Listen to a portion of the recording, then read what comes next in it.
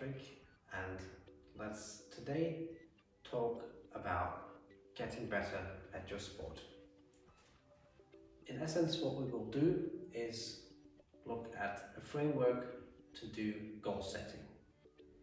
Quite often, goal setting is done at a very basic level, if at all, and we will now look at a way to actually define an overarching goal for a time period of 3 months and to then develop, based on that top goal here for the 3 months, specific goals that then give us something to do each week as we progress through those 3 months. So the goal that we set for the 3 months is a result. So you see here, this is an example from my time back in soccer. So I would say in the next 3 months, I want to score 5 season goals during my current season. Quite often this is where it stops, so there is different types of goals. There are sort of results-oriented goals, which means it's sort of more of a yes or no question. So you can either achieve 5 goals or not. But then there's also goals that look more towards your effort or dedicated performance goals that you also want to leverage as you start setting goals for yourself. So we have an outcome goal up here, 5 season goals across the next 3 months. We now sort of, and you see this works in a pyramid kind of way, we now then break down each of the 3 months into some more specific details. So the first question that I can ask myself, to achieve these 5 season goals, what are 3 areas that I can improve to make that happen?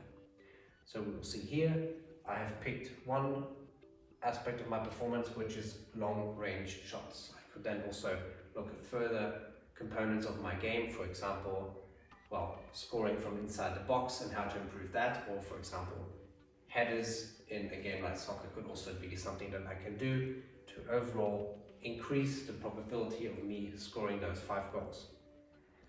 When I've now defined for month number 1 that long range shots will be sort of what I want to focus, I then go further into the 4 weeks of month number 1, and I sort of repeat this process for all those months.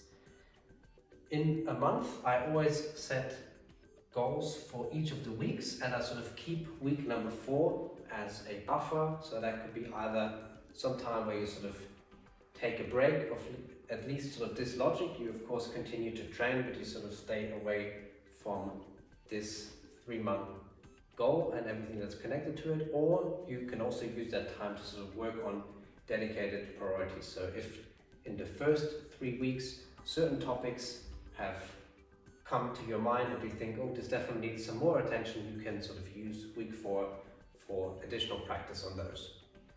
So here we're now in month number 1, week 1, and here I define, okay, let's practice long range shots in the sense of set pieces. So in soccer that would be free kicks, for example.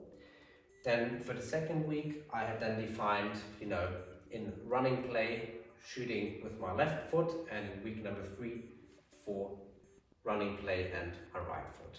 And I then recommend that for each of those weeks, you actually link those to a challenge that actually allows you to see, have you sort of reached a measurable outcome of that week. So you could say, in terms of set pieces, from 10 free kicks, how many of those can I either score, or, I sort of score them right where I want to have them. I might have a target placed inside the goal, and the same goes for the other weeks. So make your goals measurable, and also then benchmark yourself whether you can achieve those. And if you don't match your benchmarks, that is okay. You want to sort of make sure that you have challenging goals, but not too challenging. You want to sort of get to those goals if you then put enough effort in. So feel free to also course correct your goals as you learn more about yourself.